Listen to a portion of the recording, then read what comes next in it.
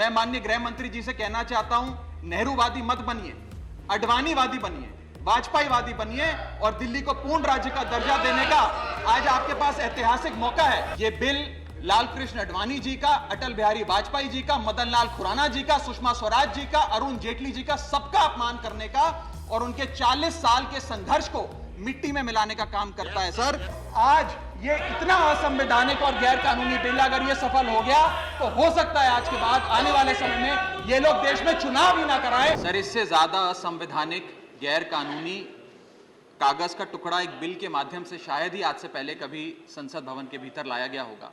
और अपना वक्तव्य शुरू करने से पहले मैं महाभारत के एक अंश का वर्णन करना चाहूंगा जिसे रामधारी सिंह दिनकर ने एक बहुत ही महत्वपूर्ण कविता में लिखकर बताया है, जिसमें भगवान श्री कृष्ण एक शांति दूत बन के पांडवों की ओर से हस्तिनापुर जाते हैं शांति का प्रस्ताव लेकर। कवि लिखते हैं, मैत्री की राह बताने को, सबको सुमार्ग पर लाने को, दुर्योधन को समझाने को, भीषण विध्वंस बचाने को, भगवान हस्तिनापुर आए, पांडव का संदेशा लाए।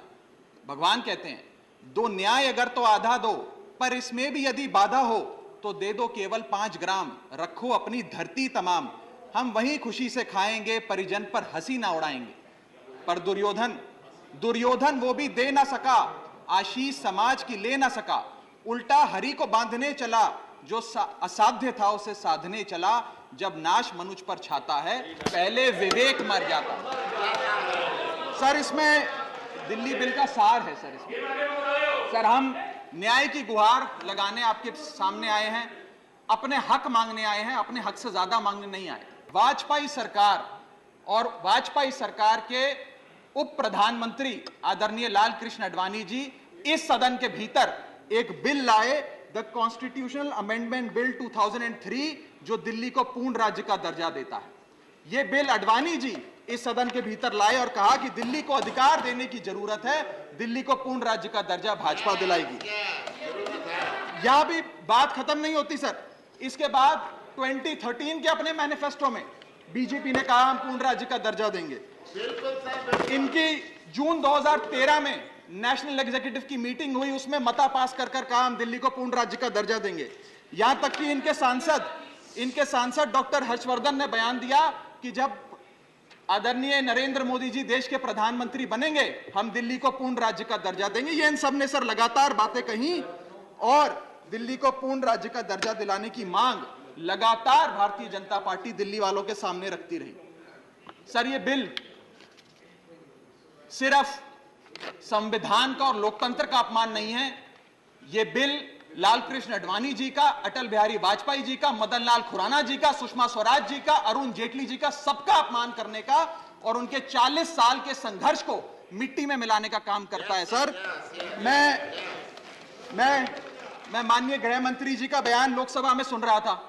उन्होंने कहा कि नेहरू जी ने, पंडित नेहरू ने यह बात रखी थी कि दिल्ली को पूर्ण राज्य का दर्जा नहीं मिलना चाहिए। मैं माननीय गृह मंत्री जी से कहना चाहता हूं, नेहरूवादी मत बनिए, अडवाणीवादी बनिए, वाजपेयीवादी बनिए और दिल्ली को पूर्ण राज्य का दर्जा देने का आज आपके पास ऐतिहासिक मौका है। दिल्ली को पूर्ण राज्य का दर्जा दीजिए। सर, इस बिल को लाने का असल कारण क्या है? यह बिल क्यों लाया गया है? पिछले 25 साल में दिल्ली में 6 बार विधानसभा के चुनाव हुए। 6 के 6 चुनाव भारतीय जनता पार्टी बुरी तरीके से हारी। यहां तक कि 2015 और 20 में आजाद भारत के इतिहास की सबसे बड़े जनादेश की सरकार अरविंद केजरीवाल ने दिल्ली में बनाई। क्योंकि ये पिछले 25 साल चुनाव नहीं जीत पाए और अरविंद केजरीवाल और आम आदमी पार्टी के आने के बाद ये जानते हैं कि अगले 25 साल भी ये लोग चुनाव नहीं जीत पाएंगे, तो सरकार को नष्ट करने का काम कर रहे हैं। ना रहेगी सरकार और ना रहेगा चुनावों का महत्व, ना रहेगा बांस, ना बजेगी बांसुरी। लेकिन मैं आज इस मंच से भाजपा से अनुरोध करूंगा कि कम से कम लाल कृष्ण आडवाणी जी को न्याय दीजिए, कम से कम उनकी इच्छा पूरी करिए, दिल्ली को पूर्ण राज्य का दर्जा दीजिए। अपनी बात शुरू करी थी महाभारत के एक अंश से, मैं समाप्त भी महाभारत के एक अंश से करूंगा। सर, बीच कुरुक्षेत्र के मैदान में जब युद्ध प्रारंभ होने वाला था तो युधिष्ठिर ने शंखनाद करने से पहले एक घोषणा करी और कहा कि यह धर्म की लड़ाई है। मेरी सेना में खड़े मेरे पीछे जितने योद्धा हैं, अगर उन्हें लगता है कि धर्म मेरे साथ नहीं कौरवों के साथ है, तो मेरी सेना छोड़कर सामने वाली मेरे दुश्मन की सेना में जाकर खड़े हो जाएं, उनकी ओर से युद्ध करें। और अगर कौरव सेना में कोई योद्धा है जिसे लगता है कि धर्म युधिष्ठिर के साथ है, पांडवों के साथ है, तो आप कौरवों की सेना छोड़कर मेरी सेना में आइए, मैं बाहें फैलाकर आपका स्वागत करूंगा। उस समय कौरवों का एक भाई युयुत्सु कौरव सेना छोड़कर पांडवों की ओर आया और पांडवों की ओर से युद्ध लड़ा। मैं उसी बात का जिक्र करते हुए आज इस सदन में बैठे तमाम सांसदों को कहना चाहता हूं, राज्यसभा काउंसिल ऑफ स्टेट्स है, हम लोग काउंसिल ऑफ स्टेट्स है, जहां ज्यादा जिम्मेदारी बनती है राज्यों के हितों की, अधिकारों की रक्षा करने की। मैं मांग करता हूं, आज आप लोग पार्टी लाइन से ऊपर उठकर, विचारधारा से ऊपर उठकर संविधान को बचाने के लिए, लोकतंत्र को बचाने के लिए इस बिल को हराइए। आज ये इतना असंवैधानिक और गैर कानूनी बिल अगर ये सफल हो गया तो हो सकता है आज के बाद आने वाले समय में ये लोग देश में चुनाव ही ना कराएं, चुनावी प्रक्रिया को खत्म कर दें।